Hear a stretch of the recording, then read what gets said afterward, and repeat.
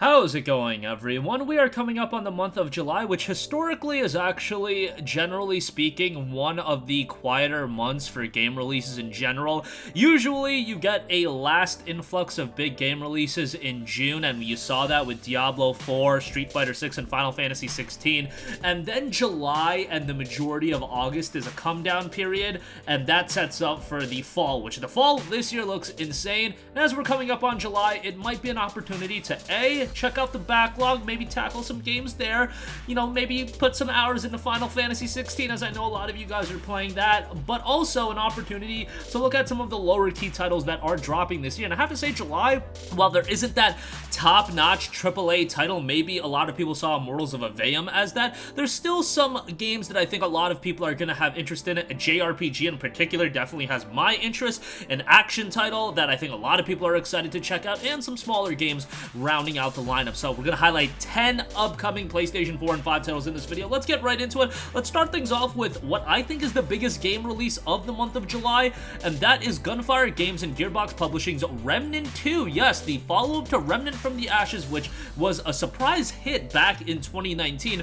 Remnant II pits survivors of humanity against new deadly creatures and godlike bosses across terrifying worlds. Play solo or co-op with two other friends to explore the depths of the unknown to stop an evil from destroying reality itself. Again, Remnant from the Ashes was a surprise that I don't think a lot of people saw being as good as it was, but that game was incredibly replayable. They kept that game updated, and it was a fairly well-done game. Remnant 2 is the sequel to the best-selling game Remnant from the Ashes that pits survivors of humanity against new deadly creatures.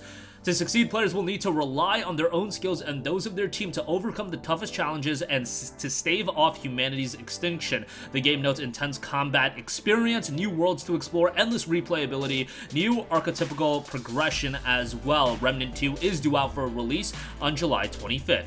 Next up, here's the JRPG I'm exceedingly excited for, The Legend of Heroes Trails into Reverie. Look, I've talked up Legend of Heroes for a long time now. For a couple of years, I feel like I've been on the Legend of Heroes bandwagon, so to speak. I kind of got a late jump on it, but it's a daunting process to go into all of these games because this is a vast, immense story, and if you do want to play these games, there's debate on how you should tackle the game. I think most people agree that as far as the franchise go, you should play the games in release order, meaning start with the Sky Trilogy, then go with the Crossbell games, and then go into Trails of Cold Steel. Obviously, the Sky Trilogy and the Crossbell titles are a little bit hard to get into as they are dated, and the Sky Trilogy is just hard to play in general. If you only have a PlayStation, you can't play it unless you have a PSP.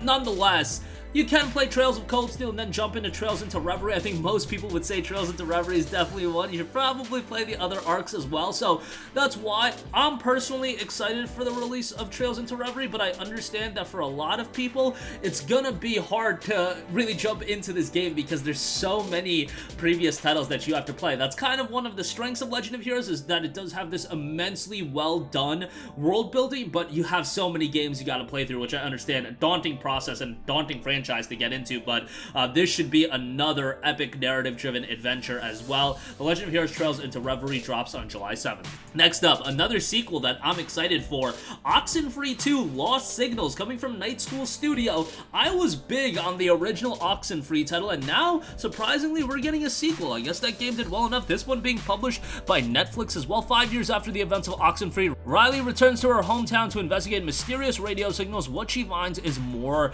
than she bargained for. OXENFREE 2 Lost Signals is the mind-bending follow-up to the critically acclaimed narrative adventure game OXENFREE from Night School Studio. Play it as a standalone story or dive deeper by playing the original. It's up to you. As you play, you'll shape every step of this story through your choices. How you choose to deal with the supernatural events at hand will forever alter the future. It's a game with a decision-making at the heart of the gameplay. Shape everything through your conversations and dialogue choices. Forge a deep friendship with an old acquaintance from high school, or opt to ignore a lost fisherman in need. Your choices impact who Riley becomes, your relationships, and the story options available to you at every turn. Start chatter from anywhere and tune into the radio. OXENFREE 2, again, the follow-up to the original. Coming from Night School Studio, OXENFREE 2 drops on July 12th. Next up, a remaster of a game that didn't really expect to see a remaster of, but we have Might and Magic Clash of Heroes, the definitive edition. Plan your next move wisely. Every additional combo can make the difference, whether in solo or duo, online or offline. Mix and match your units to defeat your enemies in this definitive edition of Might and Magic Clash of Heroes. The game originally released on the Nintendo DS, and then it had had a re-release, I believe on the PlayStation 3 and PC and Xbox, and now we have another re-release in the Definitive Edition on modern platforms. A unique mix of genres. Be creative, always be one step ahead of your opponent, be the leader of your army, choose the perfect combination of units for your troop, and get stronger, gain XP after every battle, and level up your hero and their attributes. Might and Magic Clash of Heroes Definitive Edition is out on July 20th. Next up, we have Kite Games and THQ Nordic's The Valiant. Embark on a journey of brotherhood and redemption in The Valiant, a squad-based RTS set in the 13th century Europe and the Middle East. Command and level up your medieval knights as you fight through an epic single-player campaign, then take your skills online in both cooperative and competitive multiplayer modes if you do want. The Valiant is scheduled for a release on July 13th. Next up, we have Rise of the Triad Ludicrous Edition. The Hunt returns again. Play the original cult classic 90s FPS remastered in 4K ultra-wide with unlimited frame rate, restored content, new episodes, a level editor, cross-platform multiplayer, additional music, new options, and more. Make them eat lead or they'll bury you in a lunchbox. Certainly a throwback old-school first-person shooter that I feel like these games have had quite a lot of appeal over the last year or so.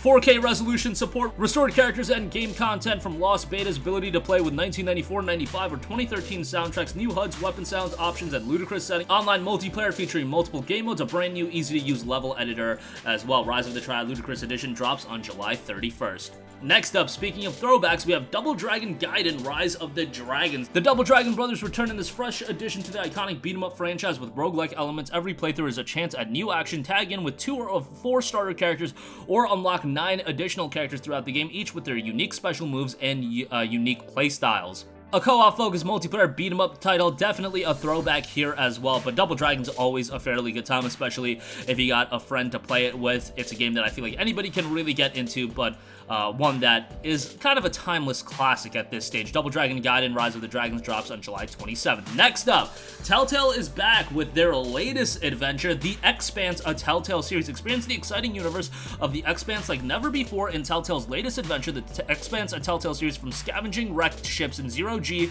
to combating pirates, you make the difficult choices in this latest Telltale adventure. Experience the exciting universe of The Expanse, a Telltale story like no other. Immerse yourself in the role of Kamina Drummer, the executive officer aboard the Artemis, a scavenging ship hunting for a big score in the outer regions of the Belt. Explore the Belt in zero gravity, difficult choices, and grave consequences, and you do have an episodic release structure. Episode 1, 2, 3, 4, and 5. The Expanse of Telltale series kicks off on July 27th at $39.99. Next up, Capcom has had a hot streak for a little bit now, for a while to be perfectly honest. Let's see if that continues with the release of a brand new IP in the multiplayer-focused Exoprimal. Exoprimal is an online team-based action game that pits humanity's cutting-edge exosuit technology against history's most ferocious beasts, the dinosaurs. Now, this is very much a multiplayer live service title, but it will come at a premier price point, an online team-based action title. Exosuits are grouped into different roles, and players will pilot these exosuits to hold firm against overwhelming dinosaur swarms in online-only team-based action game modes. Looks like it's got some depth to its gameplay with the different styles of play that you'll have. Again, Capcom's had so much momentum. You'd like to see them deliver with a new IP. We'll see how Exoprimal turns out, as it will be dropping on July 14th. If you have Xbox or PC, it will be on Xbox Game Pass. And lastly, we have GYLT, coming from Tequila Works. Shape your fears, fear the shapes. Embark on a journey where you face your worst fears and are confronted with the emotional impact of your actions in a narrative-driven adventure game with puzzle, stealth, and action. GYLT is actually a game that was scheduled to be a Google Stadia exclusive, but Google Stadia obviously something that is no more, and now it will be seeing a release on all major platforms. GYLT is due out on July 6th, and that is going to do it for me. Again, a lighter palette of games coming in July, but a good opportunity for you to hit the backlog, catch up on some of the games of this year. I mean, June had 3 major releases, and it would be hard to think everybody's done all the content in Street Fighter, Diablo, and Final Fantasy at this stage, and so many other big games dropped earlier this year. So many games have come out in the last few years that I'm sure are stuck in your backlog. And again, you do still have some exciting titles like Remnant II, Legend of Heroes. If you haven't finished the other Legend of Heroes games, might be a good time to start on those as well. But that's going to do it for me. Sound off with all of your thoughts in the comment section down below. Thank you for watching, and goodbye.